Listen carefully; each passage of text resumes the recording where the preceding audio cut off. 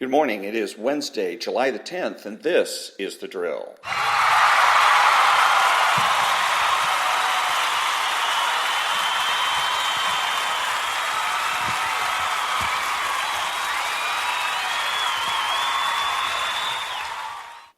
And thank you very much. My name is Ron, your host. I am the one of only 4 true conservatives in the United States today because we're the only ones that make the presumption for the status quo. This podcast is about the difference between being a true conservative and being an issues-based conservative. It's about what being a true conservative is and why it matters. My podcast is made possible by Spreaker.com. It can be heard on iTunes, Spotify, and Google. My email address is storytimes@hotmail.com. I'm on Twitter at Ronald Hardgrove and on Facebook at The Drill. I also wanted to say I'm also, the Drill is also on YouTube. So I need to start indicating that. But anyways, I started my socio-political odyssey as a conservative Republican. I was taught by the left that I was a conservative because of where I stood on the issues, which sounded reasonable. But whenever I engaged a liberal in debate, I couldn't win. And I soon figured out that the issues were a fallacy that only appeared reasonable, but were in reality a trap. The issues were created by the left for the left. The issues are an attempt to subordinate reality to politics. So, is there any way for a conservative to win?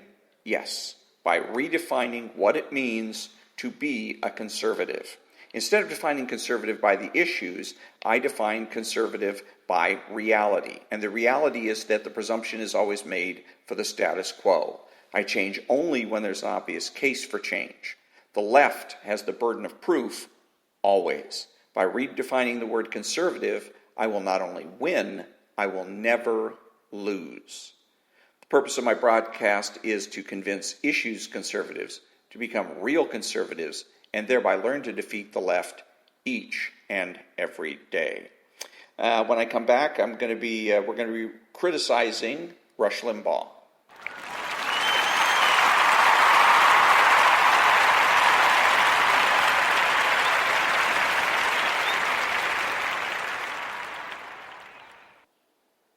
Thank you very much. Welcome back. So this is from the rushlimbaugh.com, and it was an article that I was reading about having to do with Marco Rubio, Marco Rubio, apparently a senator from Florida, that had asked, is the world going crazy? And basically Rush's answer is yes, but that it's been happening for a long time, and that he has predicted this. And again, so that's one of the mistakes he's making here, is the prediction angle. The second mistake that he's making, as you will see as I read the article, is that he is storytelling and verbal picture painting, which makes his communication very vivid but imprecise. So from the website, Rush. Now, I don't want anybody to misinterpret this as a criticism of Marco Rubio, okay? Remember last week I got a piece for you from, I think it was The Federalist, and it was a piece by David Harsanyi. He's a great, great writer, and I asked everybody, please do not get it wrong what I'm going to say. I'm not criticizing Harsanyi. I don't want anybody sending him notes saying I was ripping into him today, because I wasn't. He just wrote something that really struck me, and it's beyond being a pet peeve. It's a genuine concern, and that is, I'm amazed at how few people in politics and on our side realize how dire the consequences we face are. Like Mona Charen and the Never Trumpers, they don't think there's any crisis in the country except for Trump. They don't think there's any danger that the American way of life is founded in peril. That's poppycock talk. There's nothing to be afraid of. There aren't any crises forces out there trying to turn our culture upside down.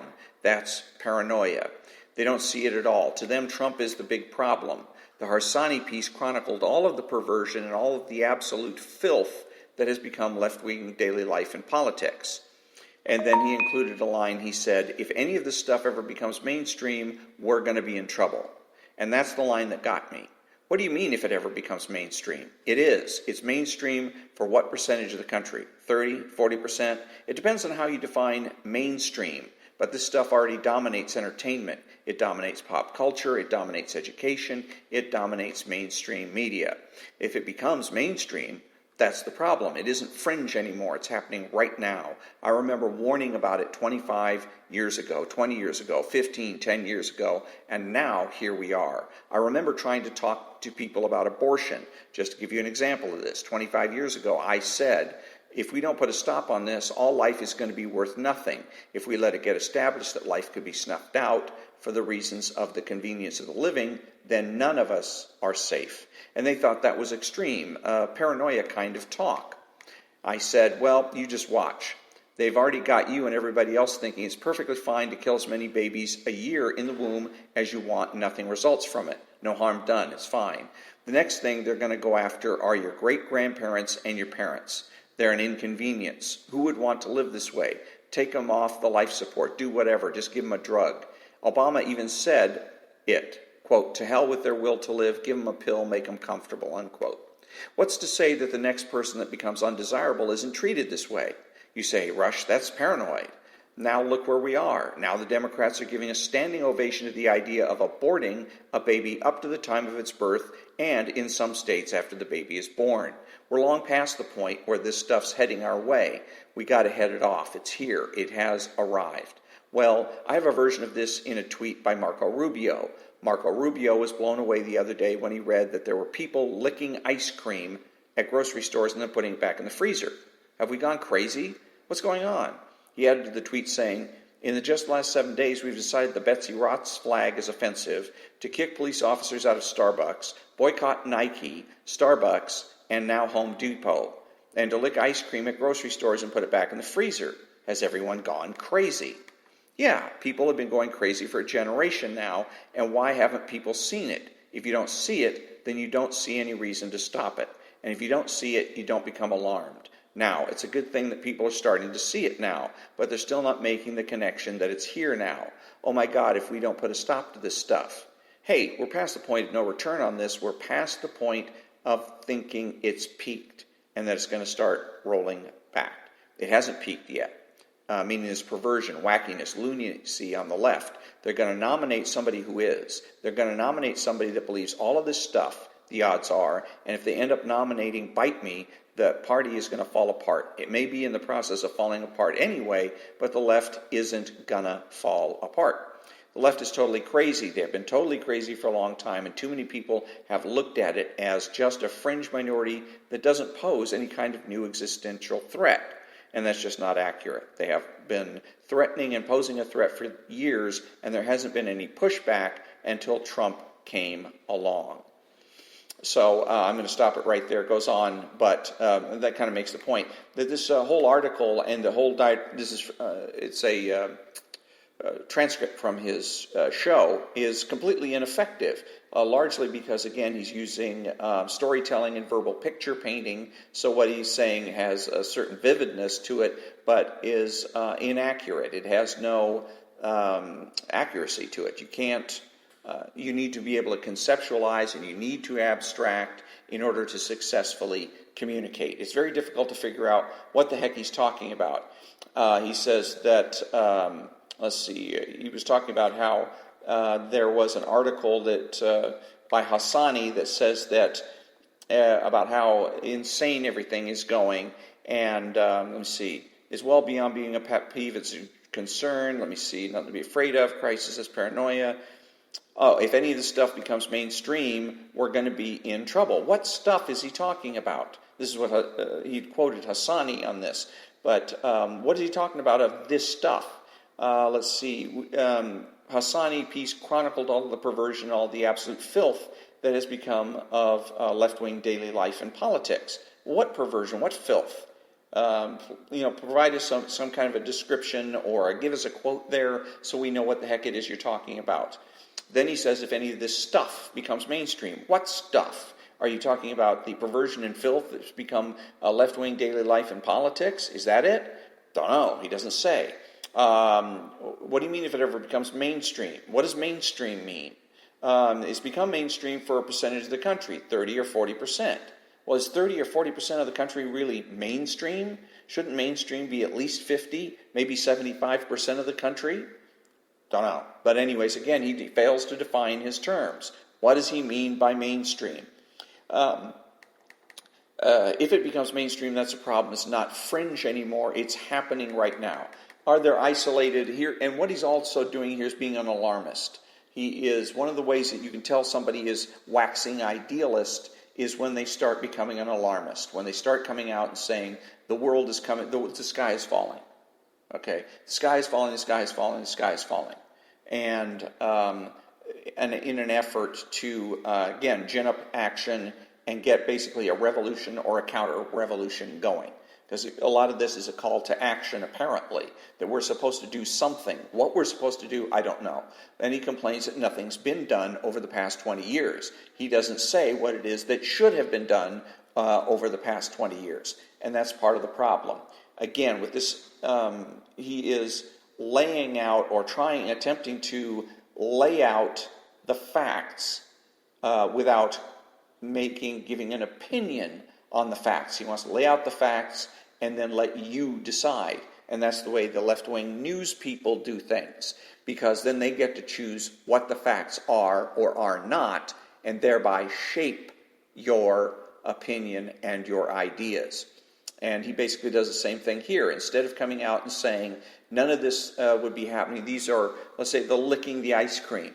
You can write those off as those are lefties. No conservative would ever do such a thing. He talks about, where is it about? Oh, here we go. In the last 7 days, we've decided the Betsy Ross flag is offensive, to kick police officers out of Starbucks, boycott Nike, Starbucks, and Home Depot, and to lick ice cream at grocery stores and put it back in the freezer. Well, wait a minute. Who's we? Who's we? I didn't decide any of that. You didn't decide any of that. I don't think Rush Limbaugh decided any of that. Does Rush Limbaugh go to the store and lick ice cream? Did Rush Limbaugh insist when he went to Starbucks that the police officers in there get out? No, none of us do. These are isolated incidents. There was an incident somewhere in the United States in which a couple of police officers were in Starbucks and a barista asked them to leave. After they got in their coffee or something, and they were hanging around chit-chatting. And the barista asked them to leave, to get out. So, isolated incident. Because I don't see anywhere I go, I don't see any hostility towards police officers except from gangbangers and other criminals.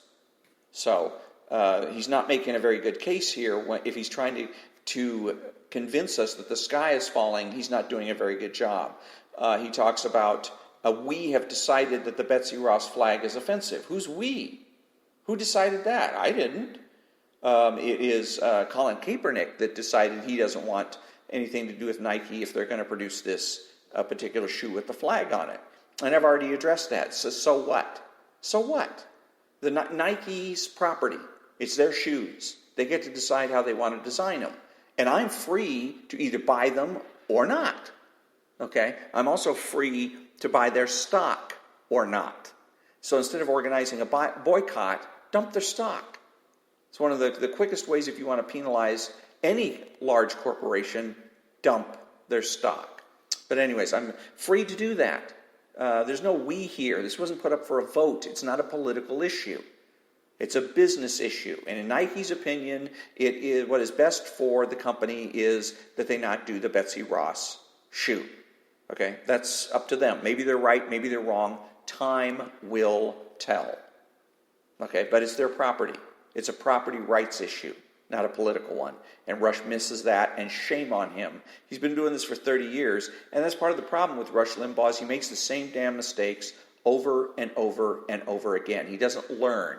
He doesn't listen to his broadcasts, and he doesn't listen to the little nagging doubts in the back of his head that he has about what it is that he's saying. And I know they're there. He's a reasonably intelligent guy. So, let me see what else. They said boycotting Nike and Starbucks and Home Depot. I don't know anything about that. And then the lick ice cream. We? Who's we? Again, I don't lick ice cream at the grocery store and put it back in the freezer. And as far as I know, that the people that are doing this, it's apparently, as far as I can tell, a personal fetish. It doesn't seem to be anything political. I haven't heard anything about people doing this as a political statement. So again, it's not politics. It's just a oddity, a personal oddity of a few individuals. Now, it could be also a left-wing hedonistic cultural trend in that the left, one of the left's isms is hedonism, the idea that if it feels good, do it. And that's what the left encourages people to do. Act impulsively. Life is about having fun. And if something isn't fun, it's just not worth doing. You know, you had kids that were, what were they doing? They were trying to hold for as long as possible a Tide Pod laundry detergent in their mouth. And some of them were ended up getting sick. They ended up going to the hospital because of this foolish game that they were doing. They're playing this game apparently on YouTube. There's some kind of a challenge or whatnot. And so, again, the licking of the ice cream may be some kind of a fad. But if it's a political statement, I don't know anything about it. And even if it is a political statement, or supposed to be some kind of a cultural or sociological or political statement, so what? The issue is here with all of this, and again, on top of everything else, all the other mistakes that he's making here, is he fails to tell anybody what it is we're supposed to do about this. Are we supposed to just sit around and wait to 2020 and then vote, and then hope that whoever we vote into office is going to somehow find a way to solve these cultural problems? I guess so, because he's deluded himself into believing that politics shapes our culture, when it's the other way around. And culture means you and me. We're the ones that shape our culture. And that's what it comes down to. And that's what my podcast is all about. How to defeat the left by you and me, grassroots, street level, person to person, and how to defeat these people. And that's what needs to happen. One of the issues I was thinking about earlier this morning along the same lines of dealing with people is the issue of power, and that using the power that you already have. That's the number one law of power. I don't know if anybody's heard of the book called The 48 Laws of Power, but the number one law should have been in this guy's book, is that use the power you already have. And we have the power to make our own decisions and make our own choices. So, but again, as far as, let's say, licking the ice cream is concerned, if you have a friend or a relative or a coworker or somebody, and maybe they tell you, I went into the store and I licked the ice cream, one of the things that needs to happen there is they need to pay the social price. You got to look at them, give them a dirty look and say something like, ugh, what did you do that for? What did you do that for? Right? And they're going to get the idea that this isn't as much fun as they thought it was, if that's what the reason they're doing it, which is what I assume. So, and even from a political standpoint, they expect to be able to operate with impunity. And if you go ahead and just say something like, ugh, and maybe stay away from them for a day or two. Or if they're going to be in the habit of doing this, stay away from them for good. If these are people that you want to call friends, then maybe you want to delete their phone number out of your database. Because again, anybody that is diametrically opposed to everything you stand for is not and cannot be your friend. Now, and as far as Starbucks' situation is concerned, that's a Starbucks problem. It's their property, and it's up to them to decide who they want on the property or who they don't. There's other ways. If you want to make a statement other than calling up Starbucks, their hotline, they have a hotline you can call and make complaints and complain about it. The other thing that you can do is just the way you act when you go into Starbucks. Of course, also there is dump their stock. You don't like their activity, and you've got their stock in your 401k, get rid of it. Dump it. The other thing to do is, what I like to do is, now that because what they're saying is we prefer, now the police part of this isn't an official Starbucks policy, but Starbucks did come out and make an official policy that the homeless are welcome at Starbucks. If they want to come in and stink the joint up and sleep on the tables, go ahead. Who cares? Okay, that's fine. You don't care about your restaurants. I don't care about your restaurants either. I'm going to put my feet on the furniture. I'm going to eat and make a mess, and I'm going to walk away. I'm not going to bust my own table. At the very least, okay, I'm going to walk away and leave it to the employees to clean up. At the very worst, then what I'm going to do is I'm just going to start dumping things on the floor, which I've done. Empty butter packets and things of that nature. Because obviously Starbucks doesn't give a rat's ass about their own company and about the stores, and most importantly, they don't care about the people that are paying them. They're paying customers. They're telling us they prefer the non-paying customers to the paying customers. Fine, then you get to clean up after me, whether you like it or not. And I'm going to make absolutely no effort to bust my tables or make things easy for the Starbucks employees. After all, why should I? So, and again, that saves me the trouble of having to do a boycott. Oh, I can't go to Starbucks. Because it gets ridiculous after a while. You're going to have a 5, 6, 10-page list of places that you can't go to. And pretty soon you're into the point where you can't even go get your groceries. And it's ridiculous. So you got to find another way of making your point as an individual without inconveniencing yourself. Because that's basically what you're doing, shooting yourself in the foot. If there's no place in your neighborhood or in your city that you can shop anymore, it gets to be ridiculous. So, back in a minute.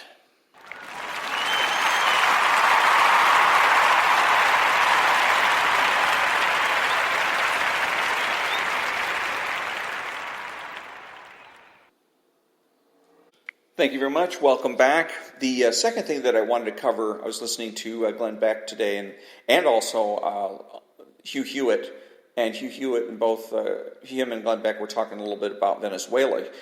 Hugh Hewitt noted that we haven't heard anything about Venezuela, and he was asking a congressman about, I think it was Congressman Gallagher, and that he asked him about what was going on in Venezuela, how things were going, and apparently they're going from bad to worse, that apparently ISIS is there, apparently Hamas has a presence there, and so Maduro is doing absolutely everything he possibly can to hang on to power. Which reminded me of, I know and understand, everybody else needs to know and understand, including the left, that socialism not only doesn't work, but it can't work. And there's a lot of people that have said why. Well, it can't work because pretty soon you run out of other people's money, or they explain all the pragmatic reasons why it is that socialism can't work, a lot of detail. The mathematics of it, the economics of it from Mr. Hayek and others. And it comes down to actually something even more fundamental than all that, and that is the reason that socialism cannot and will not work is because of socialism, because of the way it was constituted, created, or whatever. And it's thanks to Karl Marx. Karl Marx is the person that gave birth to communism and socialism, and he is the one that has made sure that communism and socialism will never, ever take place. And the reason that I say that is because if you know anything about Marxism, you know that it's a narrative, a grand narrative or a story. Again, we get back to storytelling and picture painting. But he tells the story about Marx, about the world, and that eventually the hero communists will rise up and throw off their capitalist masters and usher in socialist paradise. Now, he gives a lot of instructions and whatnot for what to do about how to conduct a revolution. But he gives absolutely no instruction on what to do after you've won the revolution. Once you've taken power, now what? His philosophy simply assumes that once the revolutionaries all take power, that everything will just automatically fall into place. That the capitalists will be either converted or dead, and that there will be some kind of worldwide government that will eventually wither away and will be left with basically anarchy. And everybody will get along, trading with each other, and live happily ever after at the end. But that's not a roadmap or a theory or a template for how to govern. So you find situations where every socialist regime in the world, the Soviet Union, end up becoming personality cults of personality. So you end up with Leninism, Stalinism, Brezhnevism, etc. Pol Pot, you had Mao Zedong in China, you had the guy in Vietnam, and you have, of course, Maduro right now, but Chavez before him in Venezuela, and, of course, the Castro brothers in Cuba. So, and it ends up going bad because, again, once they all have conducted brilliant revolutions, absolutely fabulous revolutions. They were the most competent, beautiful things to watch happen you ever seen in your life. And then once they get in power, they've got absolutely no clue as what to do. And the reason they have no clue is because Marx is silent. Marx has no advice, has nothing to say to them about what to do now. So they start to wing it. And in that process of winging it, things start, of course, going bad, since they believe that communism and socialism is basically a belief system rather than a serious intellectual enterprise. And they believe that communism and socialism are inevitable. If it starts to fail, then it must be because of enemies, either within the state or outside of it. You see what's going on in Venezuela, and of course the regime says, well, it's all the CIA's fault. That the CIA is the one that's trying to bring down the country. And that if it wasn't for the CIA, everything would be going smooth. And they just fail to recognize that they don't know what they're doing. And again, that there are flying by the seat of their pants. They are acting impulsively and experimenting. Let's try this, let's try that, let's try the other thing. And then as things begin to fall apart, again, they do not know how to deal with it. They don't know how to govern. And things just go from bad to worse. And so that is why socialism is never going to be a viable system of government. The whole idea, the whole Marxist idea or prediction will never come true. It will never reach fruition or maturation.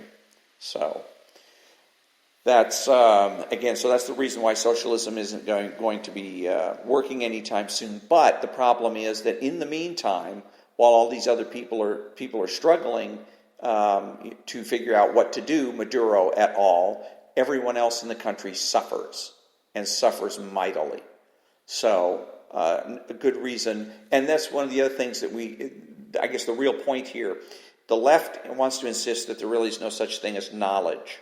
And so that we have to learn, not only learn by hitting every pothole in the road, but by hitting every pothole in the road each and every day. The same potholes.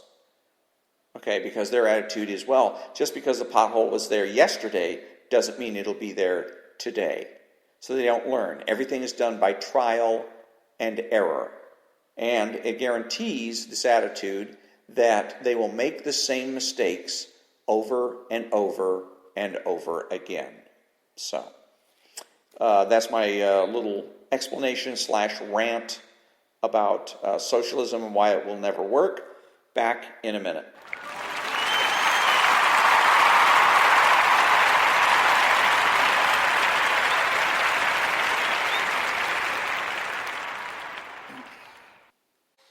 Okay, thank you very much. Welcome back. So, one other thing about Rush Limbaugh that I wanted to say is that he was talking about how he'd been warning people for 25 years, and anyways, basically making out how there's this huge crisis going on in this country, that all this perversion has become mainstream.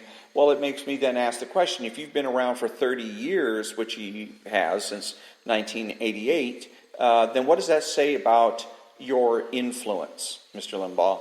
It says a lot of things, and none of them good. That you've been around for 30 years, and that we have this kind of crap going on in our country means that you're not having much of an effect at all.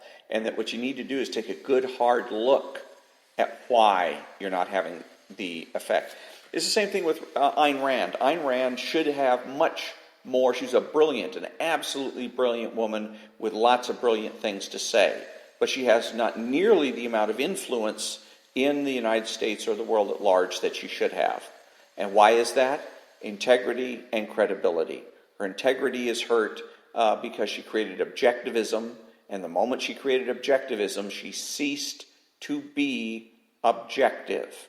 And that was the biggest mistake that she made. She's also made some other contradicted herself in various smaller ways, but that was the biggest contradiction. And when somebody is reading your material and realizes you contradicted yourself, the first thing they're going to think, I know that's what I think, is, oh, they must be joking. They must be kidding. This must be just some kind of a sampler or something. They're not going to take you seriously. And that's the problem with Mr. Limbaugh. He should also have more impact in our country's culture and politics than what he does. But one of his biggest mistakes is getting it wrong with regards to politics shaping our culture instead of the other way around.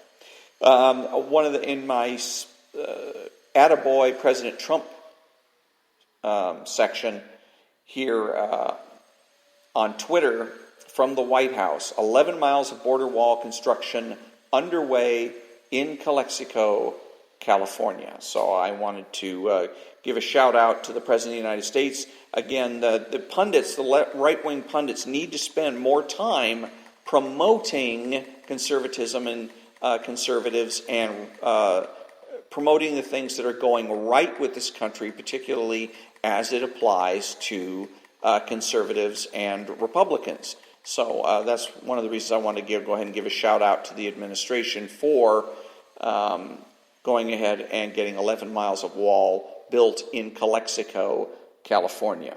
So right now I'm going to go to the Ayn Rand lexicon for the definition of the day, and it's the word or the concept is guild socialism. This particular form of economic organization, which is becoming more and more apparent in this country as an outgrowth of the power of pressure groups, is one of the worst variants of statism, guild socialism. Guild socialism robs the talented of their future by freezing men into professional castes under rigid rules. It represents an open embodiment of the basic motive of most statists, though they usually prefer not to confess it. The entrenchment and protection of mediocrity from abler competitors, the shackling of the men of superior ability, down to the mean average of their professions. That theory is not too popular among socialists, though it has its advocates. But the most famous instance of its large-scale practice was in fascist Italy. In the 1930s, a few perceptive men said that Roosevelt's New Deal was a form of guild socialism and that it was closer to Mussolini's system than to any other. They were ignored. Today, the evidence is unmistakable. It was also said that if fascism ever came to the United States, it would come disguised as socialism. The student rebels' notion that the universities should be run by students and faculties was an open, explicit assault on the right attacked implicitly by all their other notions, the right of private property. And here she's talking about the student rebels is the student rebels of the 1960s, specifically Berkeley. Let's see. And all of the various statist collectivist systems, the one they chose as their goal is politico-economically the least practical, intellectually the least defensible, morally the most shameful, guild socialism.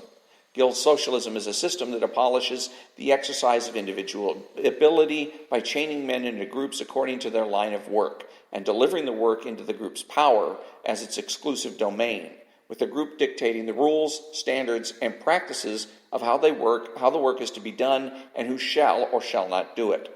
Guild socialism is the concrete-bound, routine-bound mentality of a savage, elevated into a social theory. Just as a tribe of savages sees a piece of jungle territory and claims it as a monopoly by reason of the fact of being there, so guild socialism creates a monopoly not on jungle, forest, or waterhole, but on a factory or a university, not by reason of man's ability, achievement, or even public service, but by reason of the fact that he is there. Just as savages have no concept of causes or consequences of past or future, and no concept of efficacy beyond the muscular power of their tribe, so guild socialists, finding themselves in the midst of an industrial civilization, regard its institutions as phenomena of nature and see no reason why the gang should not seize them. If there is any proof of man's incompetence, it's the stagnant mentality of a worker or of a professor who, doing some small routine job in a vast undertaking, does not care to look beyond the lever of a machine or the lectern of a classroom, does not choose to know how the machine or the classroom got there, or what makes his job possible, and proclaims that the management of the undertaking is parasitical and unnecessary. Managerial work, the organization and integration of human effort into purposeful, large-scale, long-range activities, is, in the realm of action, what men's conceptual faculty is in the realm of cognition. It is beyond the grasp, and therefore is the first target of the self-arrested, sensory-perceptual mentality. If there's any way to confess one's own mediocrity, it is the willingness to place one's work in the absolute power of a group, particularly a group of one's professional colleagues. Of any forms of tyranny, this is the worst. It is directed against a single human attribute, the mind, and against a single enemy, the innovator. The innovator, by definition, is the man who challenges the established practices of his profession. To grant a professional monopoly to any group is to sacrifice human ability and abolish progress. To advocate such a monopoly is to confess that one has nothing to sacrifice. Guild socialism is the rule of, by, and for mediocrity. Its cause is society's intellectual collapse. Its consequence is a quagmire of stagnation. Its historical example is the guild system of the Middle Ages, or, in modern times, the fascist system of Italy under Mussolini. What makes guild socialism cruder than, but not different from, most statist collectivist theories is the fact that it represents the other, the usually unmentioned side of altruism. It is the voice, not of the givers, but of the receivers. While most altruistic theorists proclaim the common good as their justification, advocate self-sacrificial service to the community and keep silent about the exact nature or identity of the recipients of sacrifices. Guild socialists brazenly declare themselves to be the recipients and present their claims to the community demanding its services. If they want a monopoly on a given profession, they claim, the rest of the community must give up the right to practice it. If they want a university, they claim, the community must provide it. And that was the definition of the day from the Ayn Rand lexicon, and that was guild socialism. Back in a minute.